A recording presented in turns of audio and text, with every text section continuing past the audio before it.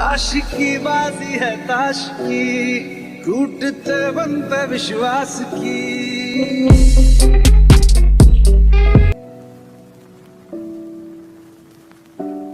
ओ मिलने है मुझसे आई, फिर तन्हाई किस मोड़ पे है लाई आशिकी।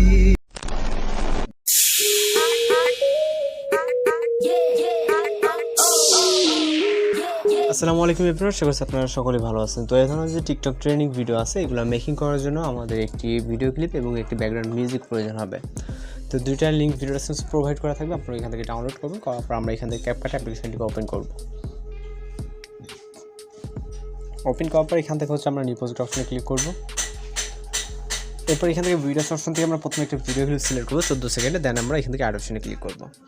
এরপর এখান থেকে আমরা চলে যাবো এন্ডিংয়ের দিকে যাওয়ার পর এখান থেকে প্লাস ওয়ান চাপ দেবো, তারপর ফটোস অপশনে ক্লিক করবো। এরপর এখান থেকে আপনার যেখানে ফটো আছে জাস্ট ওইখান থেকে ফটোগুলোকে সিলেক্ট করে নেবেন। তো আমাদের এই ভিডিওটি মেকিং করার জন্য অর্থাৎ কমপ্লিট করার জন্য আমাদের টোটাল 14টির মতো পিকচার প্রয়োজন হবে, 15টির মতো পিকচার প্রয়োজন হবে।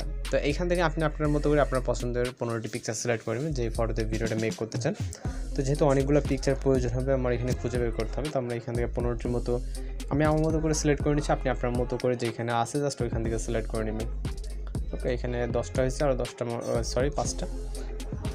তো আপনার যেখানে আছে জাস্ট ওইখান থেকে আপনি আপনার মতো করে আপনার নিজের পিকচার বা যে কোনো পিকচার কিন্তু সিলেক্ট করে নিতে পারেন। ওকে, তো আমরা এখান থেকে সিলেক্ট করে নিচ্ছি।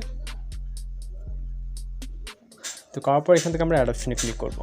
এরপর আমাদের এখান থেকে স্টার্ট পজিশন থেকে একটি মিউজিক অ্যাড করতে হবে জন্য অ্যাডে, তারপর এক্সট্রাক্টেডে, তারপর এখান থেকে আমরা 25 সেকেন্ডে মিউজিকটিকে সিলেক্ট করে এখান থেকে ইম্পোর্ট সাউন্ডে ক্লিক করবো।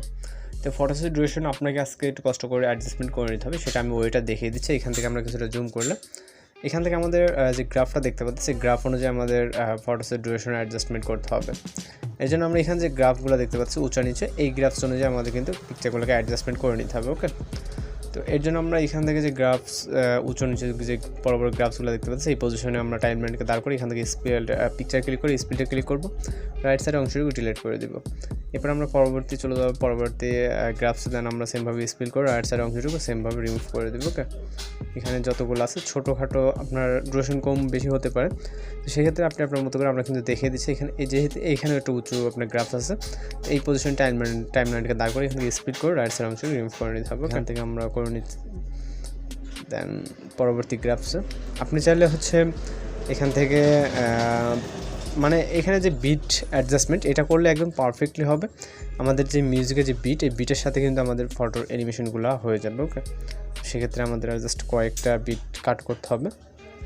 এখানে মেবি 1টা 2টা 3টা 4টা মতো পিকচার আছে, তো 4টা বিটে 4টা কাজ করতে হবে। ওকে, তো লাস্টে এগুলো আমরা করে নিচ্ছি। আমরা কোন কোন বিটে এখানে অ্যাডজাস্ট করছি সেটা দেখলে আপনার কিন্তু হয়ে যাবে, এত কষ্ট করা লাগবে না। ওকে, তো এখান থেকে আরেকটা লাস্ট 2টা বাকি আছে, লাস্ট পিকচারটা আমরা জাস্ট এখানে অ্যাডজাস্ট করে দেবো।